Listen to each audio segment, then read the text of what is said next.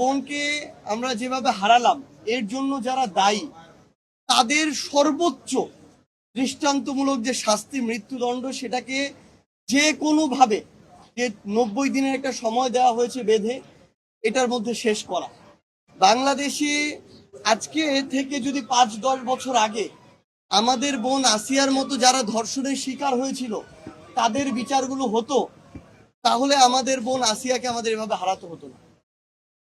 আমরা আমাদের এই বিচার ব্যবস্থায় নানা রকম রাজনৈতিক হস্তক্ষেপ দেখেছি, এই বিচার ব্যবস্থায় আমরা দীর্ঘসূত্রিতা দেখেছি।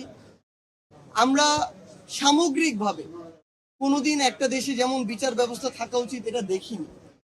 সেই জায়গা থেকে আমরা মনে করি যে এখন সময় হয়েছে সর্বোচ্চ দৃষ্টান্তমূলক মৃত্যুদণ্ড যে শাস্তি এটা নিশ্চিত করা, এবং এর মধ্য দিয়ে আগামীর বাংলাদেশে যেন আমার আর কোনো বোনকে না হারাতে হয় এটা আমাদের নিশ্চিত করতে হবে।